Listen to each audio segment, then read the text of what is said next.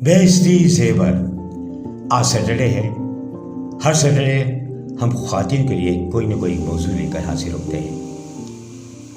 Programme شروع کرتے ہیں ایک بات ایک نصیحت۔ آج کی جو بات ہے وہ اہم بات کیا ہے، آئیے ہم بتاتے ہیں موضوع۔ رزق کی تنگی کیوں ہوتی ہے؟ دنیا میں ہر ایک کے حالات ہمیشہ ایک سے نہیں رہتے۔ انسان کی زندگی میں ہزاروں نسل و فراز ہوتے ہیں۔ کبھی انسان کسی شدید مرض میں مبتلا ہو جاتا ہے، کبھی بے روزگار ہو کر گھر بیٹھ جاتا ہے، یا ایسا بھی ہوتا ہے کہ مہینہ کا گزر جو پہلے اچھا ہوتا تھا اب نہیں ہوتا، ہاتھ تنگ ہو گیا، اور جس کی وجہ سے پریشانیاں ان کی زندگی میں داخل ہو جاتی ہیں۔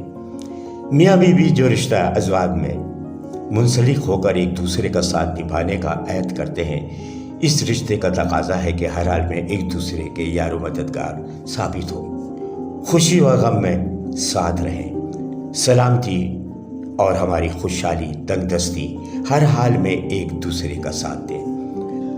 اگر ہم اسلامی نقطہ نظر سے دیکھیں، معاشی تنگی رزق میں کمی کے مختلف پہلو ہیں، جن میں اگر ہم اسلامی نقطہ نظر کو دیکھنے کے بعد غور کریں تو روحانی، اخلاقی، عملی وجوہات شامل ہیں۔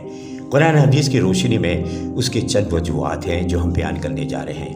اسلام میں رزق کی تنگی کی ایک بڑی وجہ گناہ اور نافرمانی ہے۔ رسول صلی اللہ علیہ وسلم نے ارشاد فرمایا، بندہ اپنے گناہوں کی وجہ سے رزق سے محروم کر دیا جاتا ہے۔ جب انسان اللہ کے احکامات چھوڑ کر حرام کاموں میں پڑ جاتا ہے تو اس کے رزق میں تنگی آ جاتی ہے۔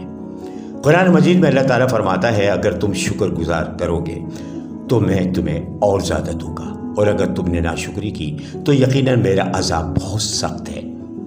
نعمتوں کی ناقدری، رزق پر شکوہ کرنا تنگی کا باعث بنتا ہے۔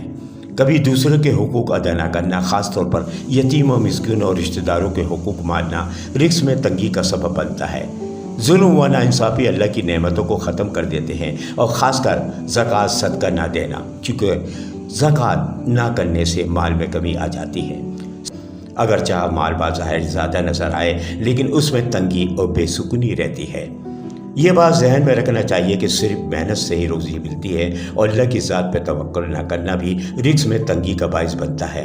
محنت کے ساتھ اللہ پر بھروسہ کرنا ضروری ہے، اس لیے رزق میں برکت کے لیے گناہوں سے توبہ، شکر گزار اور زکوٰۃ کی ادائیگی، حلال رزق کی تلاش اور اللہ پر بھروسہ کرنا بے انتہا ضروری ہے۔ اس پہ ہم سب کو غور کرنا چاہیے۔ آج بس اتنے ہی۔ دعاؤں کا طلبگار سید محمد سلیم جلالی۔